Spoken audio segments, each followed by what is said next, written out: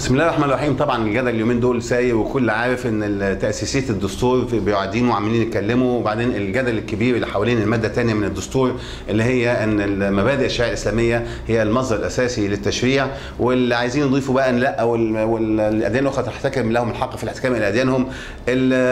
نشوف هنا دور الازهر. دور الازهر ايه؟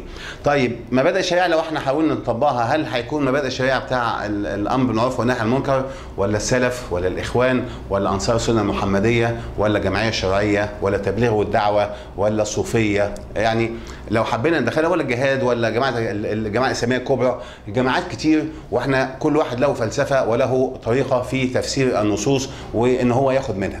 احنا داعينا زمان لو تفتكروا حضراتكم في ايام ما كنا بنتكلم في انتخابات مجلس الشعب، بنقول ان احنا بندعو الى ان المفروض الاسلام الوسطي اللي يطبق مبادئ الشريعه التي تفسرها مؤسسه الازهر الشريف. يبقى هنا جينا لمؤسسه الازهر الشريف. مؤسسه الازهر الشريف هي المؤسسه الوحيده الوسطيه العريقه القديمه اللي العالم كله بيبص لها على انها مؤسسه عريقه، واحنا كمصريين للاسف ما كناش بنبص لها بهذا المنظور. ليه؟ لانها كانت تحت رحمه الرئيس المخلوع، كان هو اللي بيعين شيخ الازهر، وطبعا نخلي ان الشيخ الحالي معين ما زال هو معين من قبل الرئيس حسني مبارك، واحنا بننادي ونقول ان المفروض مؤسسه الازهر تكون مناره وتيجي الشيخ بتاعها بالانتخاب، ولو اساء يبقى في لجنه تحتيه زي بالظبط رئيس الجمهوريه ومن تحته، يجي بالانتخاب وليس بالتعيين. وبعد كده اذا كانوا رؤساء الجماعه احنا بنقول عملنا بالانتخاب وعملناهم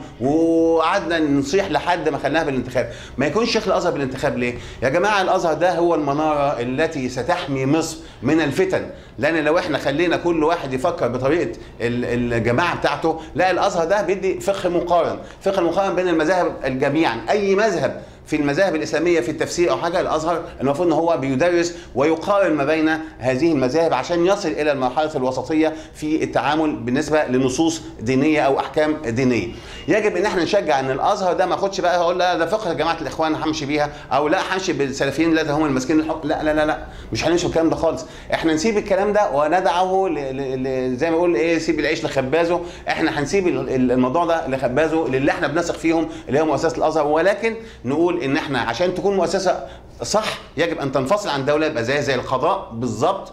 وفي نفس الوقت يعني هم اللي هيقعدوا مع القضاء بعد كده عشان يقولوا احكام الشريعه تطبق ازاي في القوانين. فبالتالي احنا نثق في رجال الازهر ورجالات الازهر، ونطلب ان يكون رجال الازهر وشيخ الازهر بالانتخاب، وان هم يصفوا نفسهم شويه ويعلموا ان هم المناره، هم المنظر، هم القدوه بالنسبه لنا، مش زي زمان اللي عايز يعمل حاجه يقول المشايخ في الاوقاف يلا على المنابر ويقولوا كذا. لا، هم يقولوا بفكرهم اللي ربنا هيسالهم عليه، لان ربنا هيسالهم عن ده. ادي اسمهم او الامان الاول اللي انا بقول ان هو هيحمي المصريين كلهم مسلمين ومسيحيين من فتن ممكن تحصل لو استهترنا بدور الازهر وخلعناه.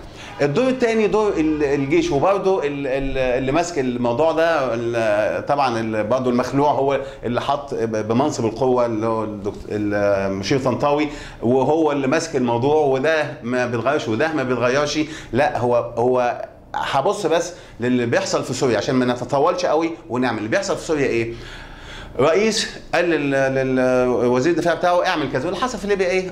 القوه عسكريه اعمل غاشمه ويدخل ويقتل في الشعب، الشعب يقتل في الجيش والجيش يقتل في الشعب، والمسائل ماشيه سايحه خالص. بالعكس احنا شايف ان صمام الامان اللي هيحفظ مصر، قوه مصر الجسديه او البدنيه دي في ايد الجيش، قوة مصر العقائدية دي في ايد الازهر. يجب ان تتغير القيادات، يجب ان يتغير الفكر، يجب ان تتغير الاساليب، بشرط ان احنا نصل في النهاية الى ان احنا يكون عندنا ضامنان عشان يبقوا مصر على الصراط المستقيم بتاعها وعلى عروبتها وعلى اسلامها وعلى وسطيتها. يجب ان يكون هناك وعلى قوتها، ما يدخلش غريب بالنسبه لنا. يجب ان نحافظ على الجيش كمؤسسه قويه، ويجب ان نحافظ على الازهر كمؤسسه عقائديه روحيه تشريعيه ان شاء الله باذن الله تعالى، يعني تتبوأ دورها. والاثنين مع بعض اعتقد ان هم قد يحموا مصر من المستقبل ومن الاعداء اللي بيتربصوا بيهم، سواء من الخارج